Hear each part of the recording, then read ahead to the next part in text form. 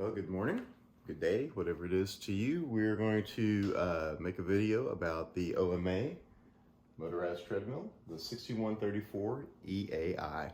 And the reason why we're doing this is because I don't actually know of any videos out there that show the complete unboxing and assembly of this particular treadmill.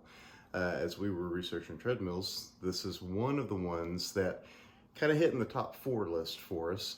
And as we were researching, I'm like, there's just not a lot of content out there on this. So we're gonna make a little video, show you the unboxing and the assembly, and maybe just a little bit of the features of it once we get it together. So let's start unboxing. All right, so first things first, let's just take a look at the box condition and some of the details whenever it was shipped in. It did have a little bit of shipping damage to the box. You see that. So we checked it out and everything on the inside was fine. Now the console lays right here on this end of the box. So on one end you've got the picture of the treadmill, on the other one you got the OMA Fitness. The console is actually stored right here. So this damage, I made sure it didn't hit the console or have any issues down there, so it was fine. So then the rest of the box was fine. Of course you've got the model number, made in China, instructions on it. Got the 6134 EAI on it. Some details about shipping here. So, all right, so let's get to unboxing. First thing we're gonna do is take the top off. All right, so having 2 people is obviously very, very helpful in this situation. Once we get the top off, we see the base of the treadmill laid underneath with all of the accessories and components laid on top of it, as well as there. So pretty straightforward packing job. It handled the shipping just fine with no damage. So let's start breaking this thing out. All right, so let's start unboxing here. We've got the uprights coming in.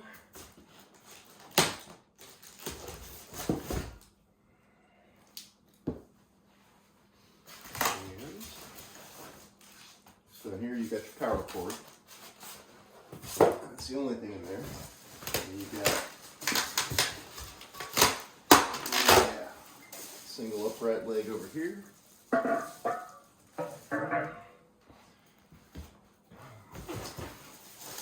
one here. All right, what else we got? We got a box full of goodies here. And let's see what's in this guy.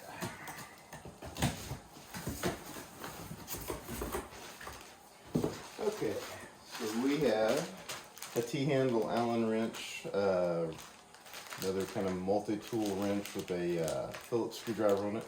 You've got your belt lubrication in here, so that's your silicone-based, water-based silicone. Some assembly instructions and hardware. And you've got end caps, plastic end caps for your trim. That's all that's in that box. Second box here.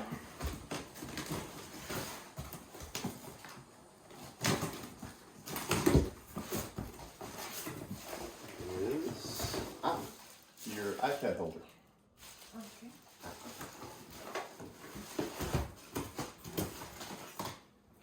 Okay. And that really is pretty much. Let's take it down. Yeah, thank you. Let's just set that aside somewhere. That one. And then you just got basic packaging in here to keep the components safe.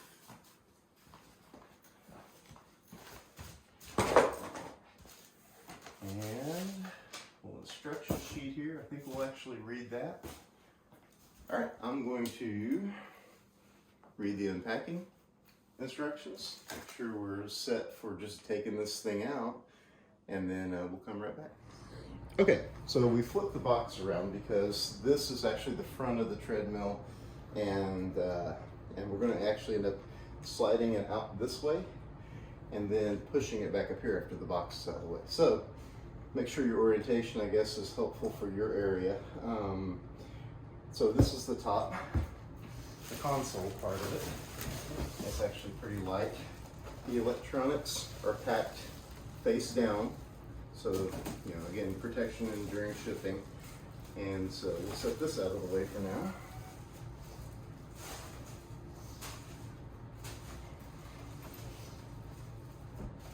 Perfect. Okay, what else we got in here? Some other packaging. Let's just jump that somewhere. Alright, little guy packaging.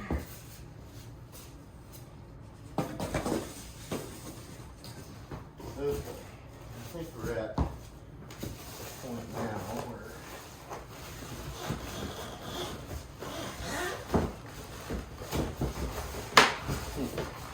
seems to be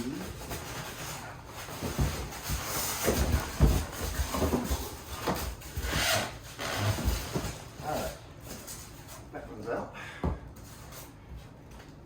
was going to try to not tear the box up, but it looks like the only way to really slide this out is to just simply cut the ends of the box down. So that's what I'm going to do. You don't want to try? Yeah. I mean, we pray we don't have to ship this thing back, right?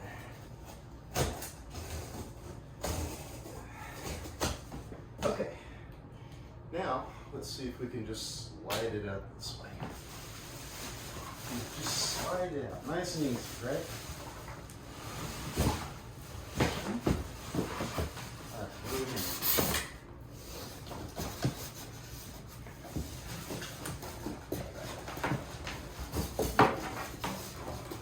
Okay, is there something going Yeah, I know, out? there's It's one of something in these. there. Okay, it's upright support for that.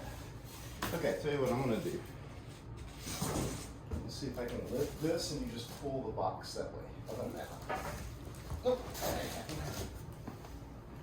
We got about 200 pounds right here, so it's not exactly easy to do.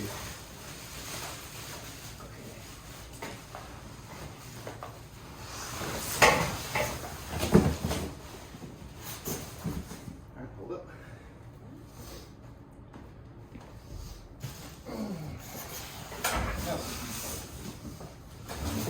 Hey, aha, there's parts under there.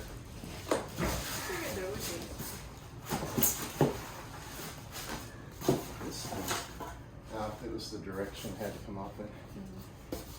Okay. And another package of goodies. All right. One of the things that the packing instructions did say is don't cut this yellow strap until the entire assembly is complete. So we'll not cut that until the entire assembly is complete. Okay, so this is the box that was underneath everything, and really what's inside of it is your console. So you've got your plastic, your padding on the front of the console. There's padding in the box for the back. So this is well protected during shipping as well. Set that aside for now. Come back to it. Okay, and so basically now you're just left with the treadmill base, the tread, the motor, elevation, and we'll start looking through the assembly instructions and seeing how to put this thing together. Okay, according to the instructions, the first thing we do is we insert the left and the right upright posts. On the right side, there is a wire that goes through here and attaches to an existing wire on the bottom part of the base. We'll show you that close up here in just a second. But I'm going to assemble the left side first because it's freestanding with no electronics. Get it put in, and then I'll do the right side. It talks about using 2 M8 60 millimeter by 20 millimeter screws and 1 M8 20 screw. So we'll locate that in the hardware packaging. We'll get it all out and then get the assembly going. Okay, so with the R, this is right the right post. And the cool thing is here's your connection assembly, or your connector for that. So they have the same type of twist tie on the other side over there holding the other connector that this goes into. So again, I'll do this second. I'll do the other side first so I can make sure we've got the screws right.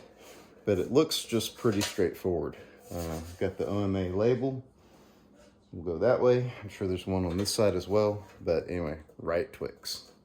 Okay, so looking at the left side, it's a little easier to see this. These are through holes. So there's nothing here except for just a strengthening post that goes through there on the bottom. And so that's what the bottom looks like. And then the top is here. So it's actually the open part is the top.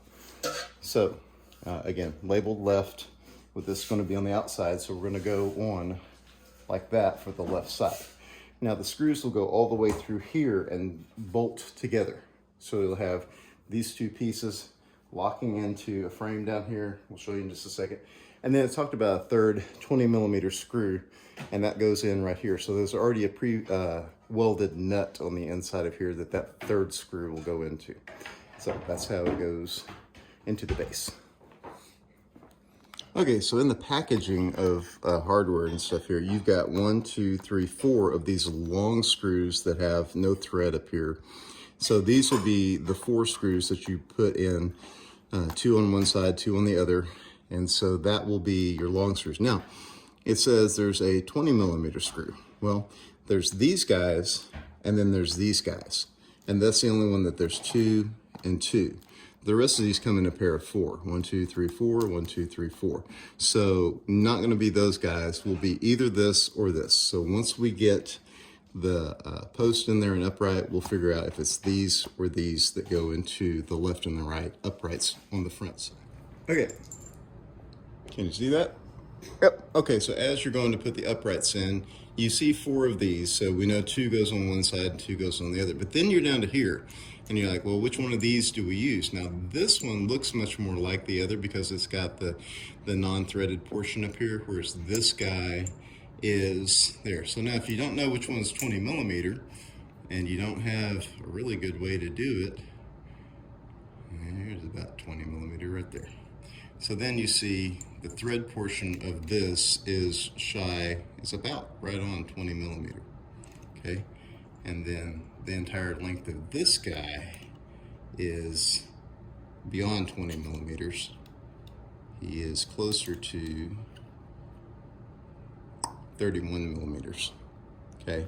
So this will be the screw that you use for the 20mm upright post. We're sitting on about up there. 19.6, but I'm not very accurate on it. So anyway, so you'll use 2 of these and 1 of those for each leg. Okay, so set the leg in there, and I use the top one because that's the better pivot point. And I put this in, and I'm just finger tight, and I made sure I didn't cross thread here. So I got her screwed in so where it was going in nice and easy with just my hand. Then I put the bottom one in because you can now tilt the upright to the front or to the back and then get that lined in. Now I did have to put a little pressure while I was moving it to actually make it click through and get into the pre-installed nut on the back. But then, you know, just tighten it with hand tight, and then tilt it back and get this guy going. Again, make sure it doesn't cross thread. Just go nice and easy. It should go in real smooth. And again, just hand tighten it down to the point where it's snug. Then you'll get your T-handled wrench and tighten these all up real snug. So that's next. Okay, there was not any torque specifications given for this. So I tightened this one up first to pull it forward, you know, with these guys already in. I tightened this one up really, really tight. I put some serious squeeze on it, and then I tightened each one of these down the same way. And I put it in to where there's as much force as I could put on it by hand with their T-handle Allen wrench. All right, so next what we're gonna do is we're gonna do the right side upright. Now, the right side is the one that has your electronics in it here. And again, it's fastened here, and then on the other upright, you've got the same kind of thing. You've got the twist tie holding the connector end. So we'll take the twist ties off, we'll get that connection going, and then stand that one upright. Good to go. Probably be good to have a second set of hands on this one. Okay, So we take the twist tie off.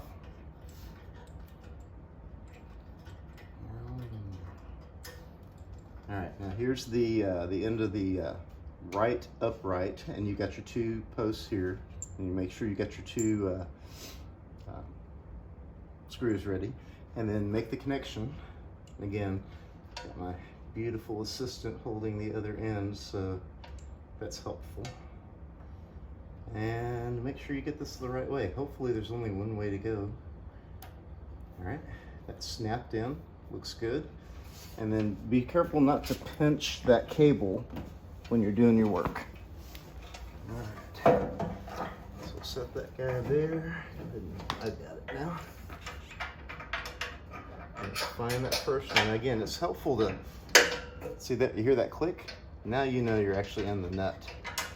And you can thread it by hand, so you make sure you don't strip the threads out. And then while that one's up, angle it forward and backwards until while you're pushing on this bottom one, until you hear it click as well. And actually this one, it didn't click because it was already right in place. Okay, now with those two just hand tight, you can let the thing go and it'll just stand up there by itself.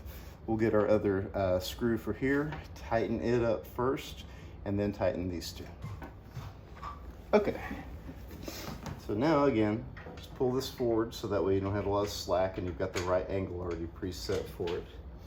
And you're just looking to align with that nut that's already in there. It's welded onto the upright. Now, I can already feel it starting to cross thread, so back off and go smooth and easy.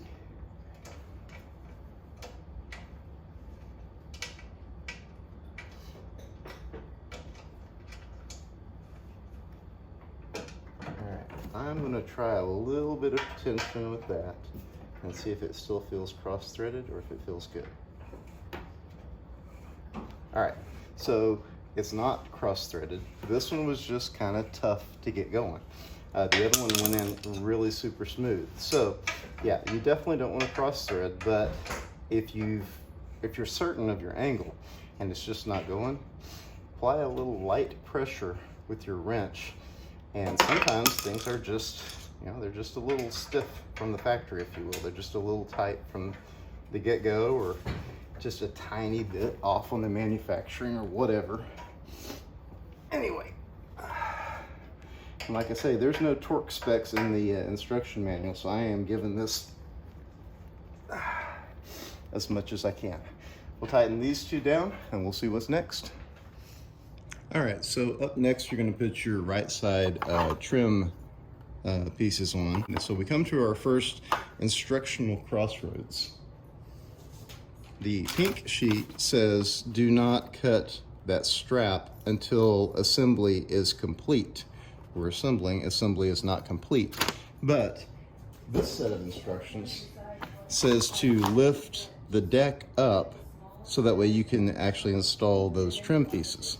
So we can't lift the deck up because it's tied to the legs. So, all right, we're gonna have to follow these instructions. We're gonna have to cut the strap, lift the running deck up, and then install that trim piece. So that's what we're gonna do next.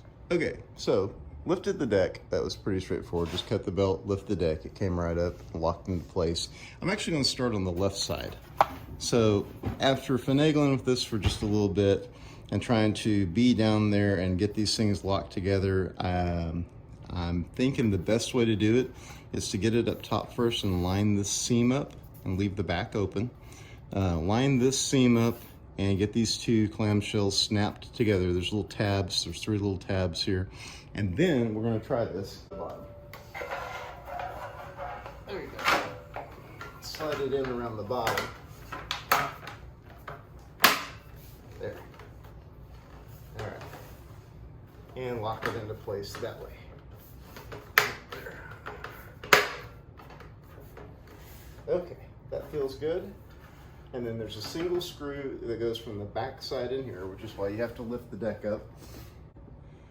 Okay, just a quick update. After reading the instructions again and checking, it says use an ST12, ST self-tapping 12. So there's our 12 millimeter ST.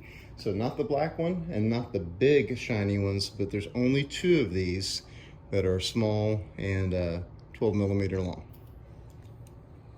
Okay, so the trim piece here is probably my first quality construction assembly issue. And it's not horrible, but these clamshells, you really have to work on them and snap them together good. I mean, and they don't line up just super smooth.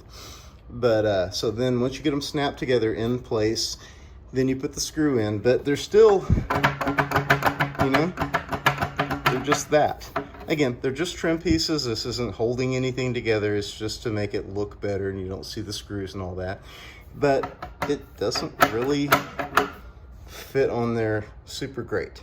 Are you gonna notice it? Does it affect performance? Absolutely not. It's just one of those, when you pay this much for a treadmill, you kind of expect the finer touches to be there. You know, if it was this $500-600 treadmill, I wouldn't say a thing about this. But when you're paying close to, you know, $1,700 to $1,900 for a treadmill, you kind of expect these final engineering pieces to not be quite so janky like that. So anyway, just the first complaint.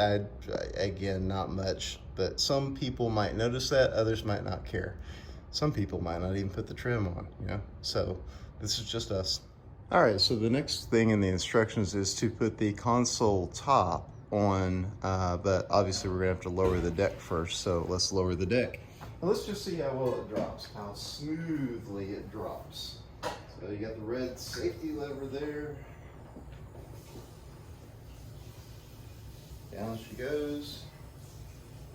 Smooth and easy. Oh yeah, nice and slow there at the end too. Okay, so anyway, with that dropped, we're gonna put the console top on next. And I'll get my lovely assistant to help me with that. Okay, yeah. Okay, so on this side of the console, on the right side, you've got the connection wire that comes in. So we've got to connect it up here as well as set on the left side. So let's swap sides.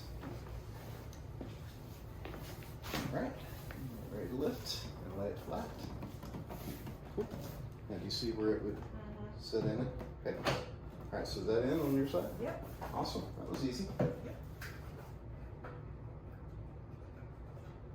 All right. Now, without letting this fall. Oh, second quality issue. I actually, when we were taking the console out, I had a moth fly out of here. Go figure, right? Okay, that was easy enough. Just holding it 2 people is really, really needed here at this point. And then we set the top in like that. And did yours slide in? I Yep. think it's in. Yeah, it looks in. Okay, so if you'll hold this just like that, so that way it doesn't tip down. All right, and this is where your other 2 screws came in to have the collar on them. So.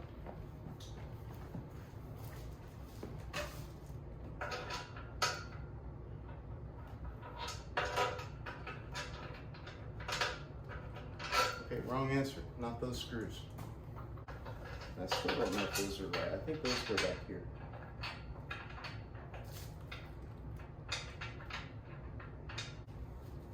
Okay, pause the video, read the instructions.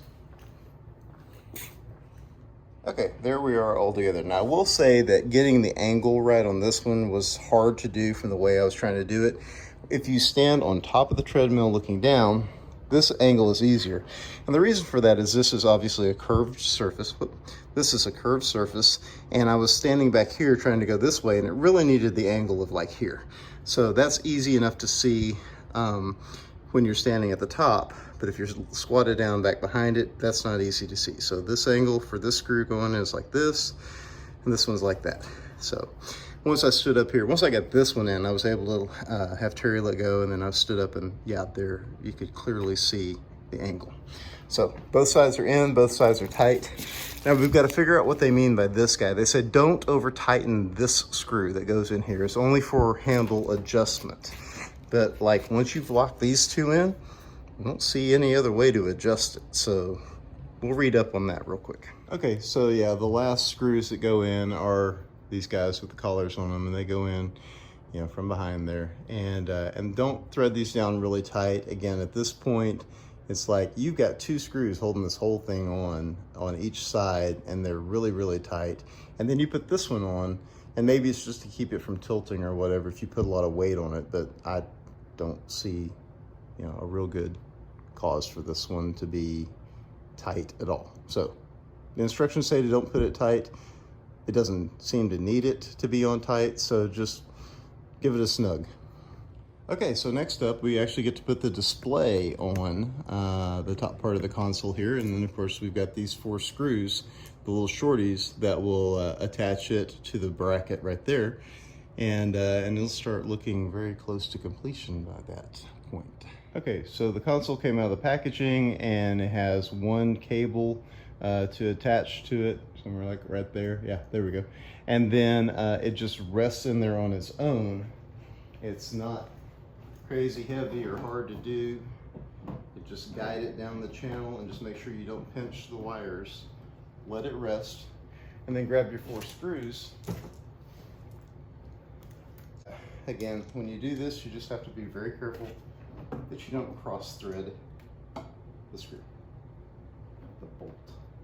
All right, there it is, nice and easy. Don't tighten it all the way down so you get everybody in line and going. All in all, ease of doing this. This is actually a fairly straightforward and easy assembly. It does, yeah, it almost absolutely has to have 2 people at points to do this. Could you do it by yourself? If you're ingenious and kind of crafty on how to hold things and get stuff going, yeah, you could probably do this by yourself, but I wouldn't want to. Okay, so now we come to our first, what I call alignment issue, where the whole console seems to be over this way just a touch to get these bolts aligned. The bottom one looks like it's aligned well, so we'll go ahead and put that screw in, bolt in. But the top one, the edge of the hole is riding over here, so I really need that frame to come back just a little bit. So we're gonna do a little alignment process here. Hopefully we didn't jank the threads up on that. So let's give it a go. There it is, took right off, super. Okay, so now look at the tops here and make sure that you have the same spacing and that the console is level before you tighten the screws down.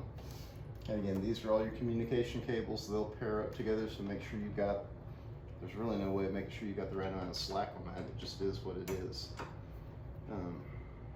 Okay.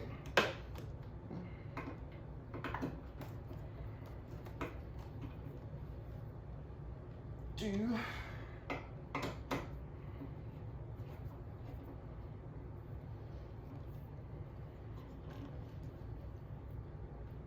3 and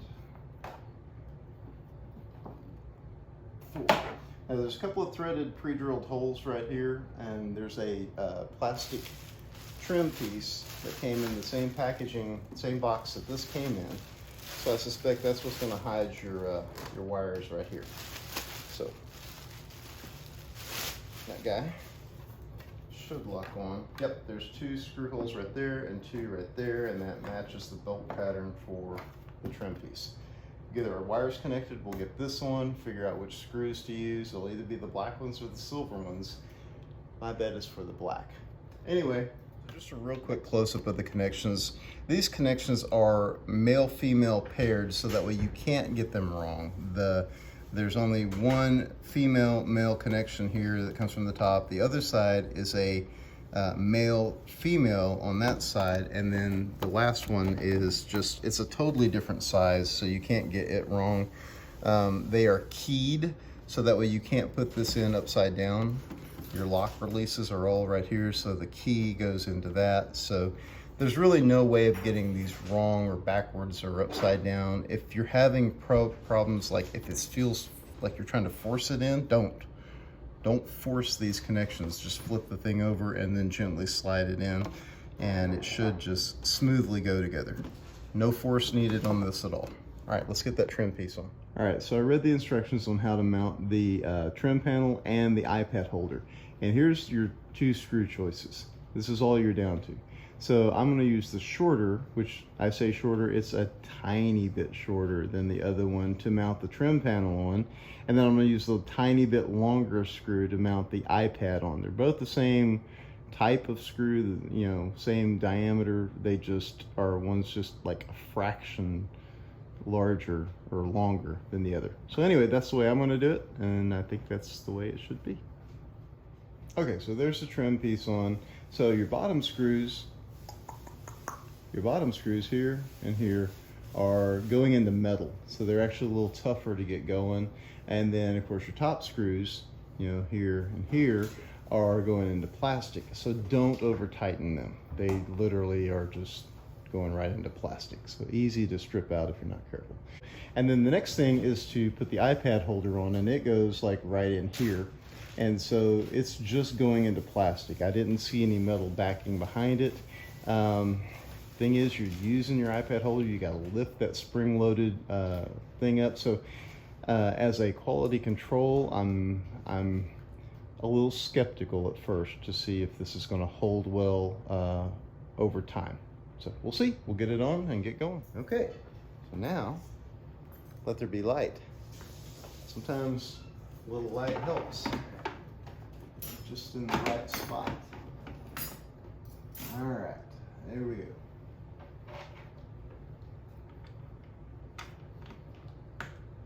All right, guys, it's pushed in. Pretty amazing what happens when you can actually see what you're doing. All right, and I'm just kind of, again, this is self-tapping into plastic, so there's not threads that you're worried about aligning with. You're making your first threads right here, and hopefully your last threads on this. Okay, don't tighten those 2 down. The bottom ones, these are slotted or keyed, so that way they can slide up and down, but the bottom ones are not. They are solid, dead on. You gotta be right on them. Okay, so I think it should take first. Again, push in a little bit when you first start twisting, because again, you're making the threads for these first go. And yes, the light is like night and day difference on this, so having the light where you can actually see what you're doing is hugely helpful. Okay, we'll get those tightened down and the iPad holders on, and we're about done. Okay, so with the iPad mount, or the tablet mount, and just say iPad, right? With the tablet mount on, actually she seems pretty solid. So I think maybe over time this will work, but again, these are going straight into plastic.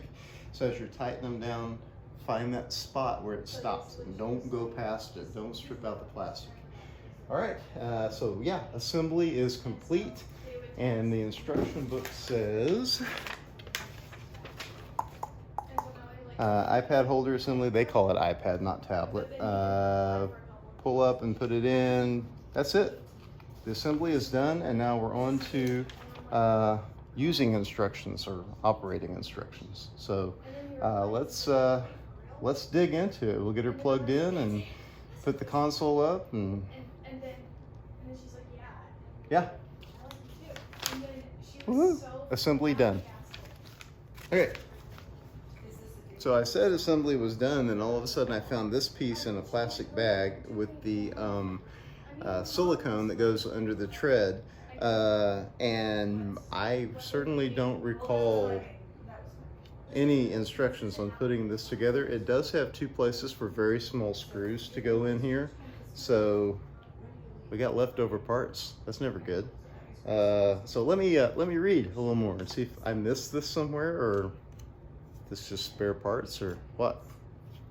Okay, so the mystery is solved here.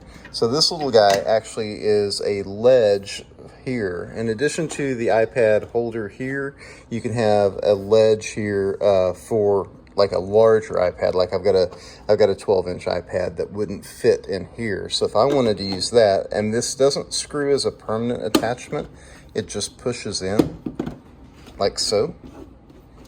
And now you have another ledge right here.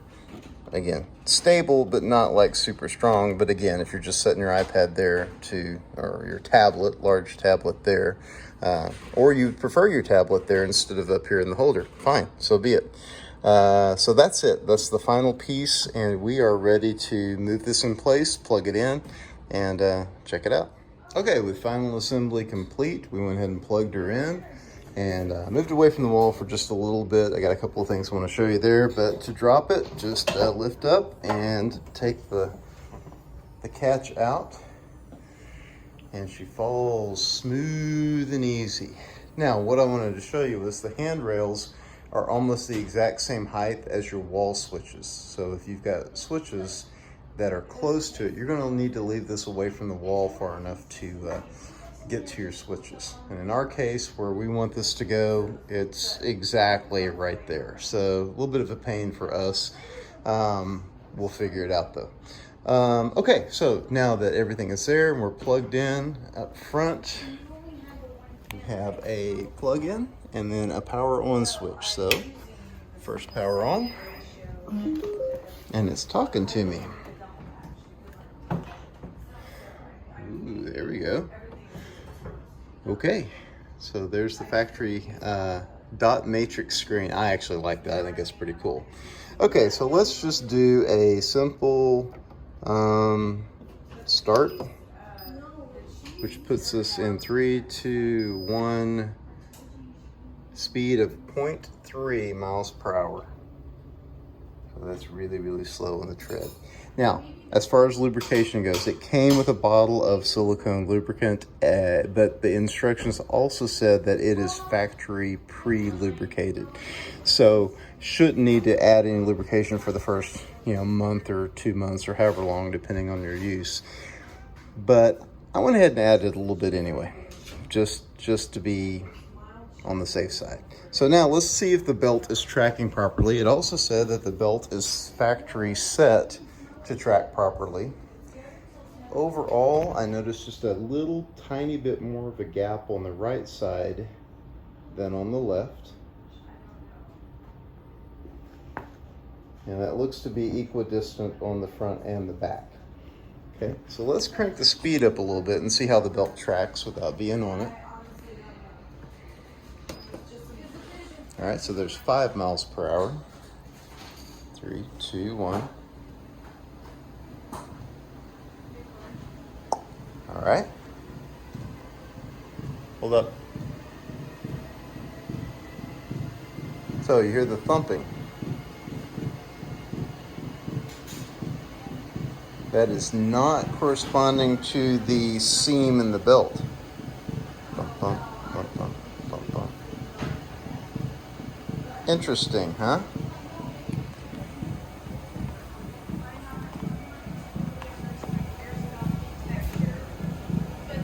Normal vibration. Thump, thump, thump, thump. Huh.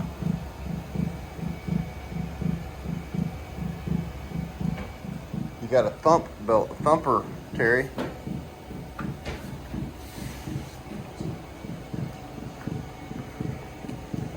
All right, let's see if we can figure out what that is. All right, looked it over. I don't see anything going on. So let's get up here and turn the speed down. Okay, so we're at 5. So let's hit 4, and that actually takes us to 2. Oh, got it. So this is miles per hour and kilometers per hour. Got it. So we're down to 2. So let's just walk on it a little bit and see what that does. All right. So immediately I'm hearing a zzz.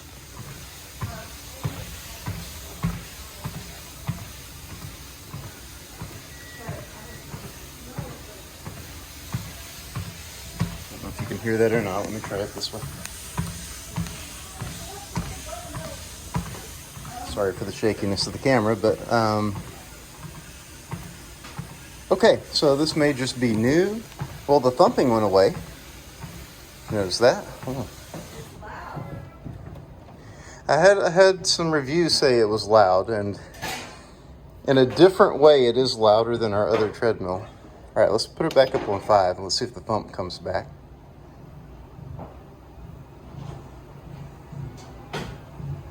So yeah, the thump is definitely back at 5. Hit 7. And again, it is not thumping with the seam of the belt.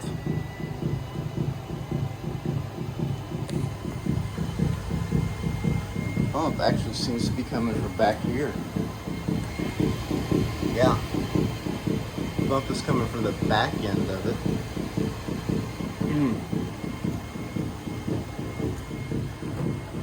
And then 10.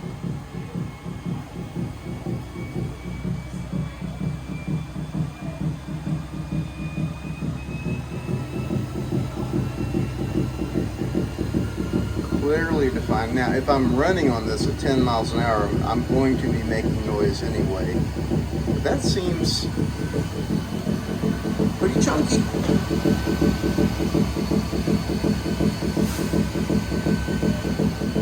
Pretty chunky.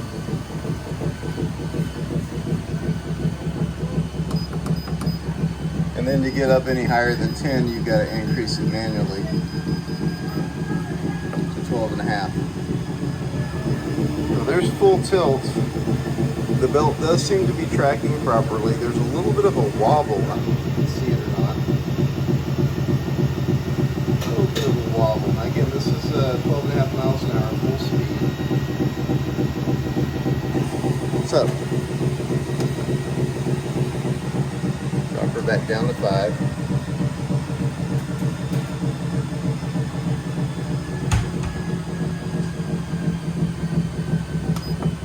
What speed do you normally walk at, Terry? Usually about, first on our old one, Yeah. this is gonna be different, so I would say about let's do 2.5 and see what 2.5. Okay. Woo-hoo, come on. Now hear this. Yep. So that's obviously, I did go ahead and add a little extra lubricant. It says it's factory lubricated. That sound may go away with use. I hope so. Because you can't watch TV out here if someone's using this with that sound. Yeah, now the thumping went away. Yeah. Okay, so did it go away at all speeds? I'm not running at 10 miles an hour. Come on. My dad bod.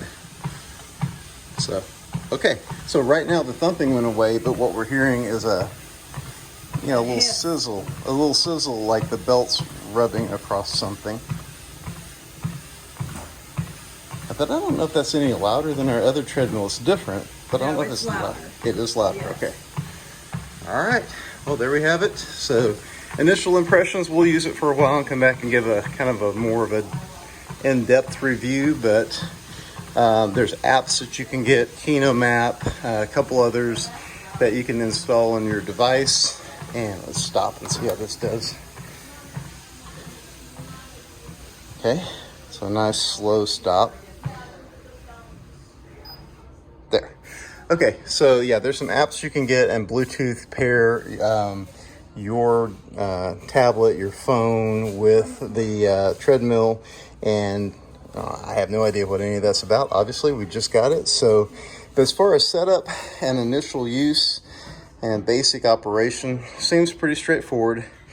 Didn't like the thumping. And the little sizzle of the belt sounds like it's going to get something concerning too. So, and those are the real impressions. I mean, we just unboxed it and set it up today, and you saw it all. So, so the good, the bad, and whatever else. So, anyway, we'll get some apps installed. We'll get some time on it, and then come back and give a follow-up. Okay, so after walking on the belt for just a little bit at really slow speed, you can definitely feel there are dry spots on the belt. When you put your foot down, it just slows down, and then sometimes it doesn't. So, like right there, did a little. That was good. Good, smooth. Right there, it slowed down. You may have even saw it on, and right there, it slowed down a little bit. So there are definitely, right there a little bit. They're definitely dry spots. So I went ahead and I put the rest of that lubricant on, and that way I went ahead and just spread it all across the surface, and we're going real slow. And I'm trying to find these spots and work them out. But I'm still hearing the sound of the tread belt going across the surface. So we got a couple of things that are, I don't know, maybe concerning, maybe just the way this is, you know, and who knows, it may run for 10 or 15 years like that. I don't know, but just a little concerning. So again, I'm just walking across the entire tread, looking for dry spots.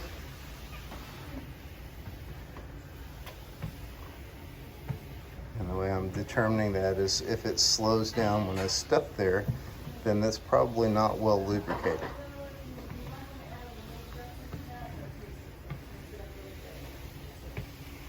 All right, so actually I'm feeling very few spots now that do that.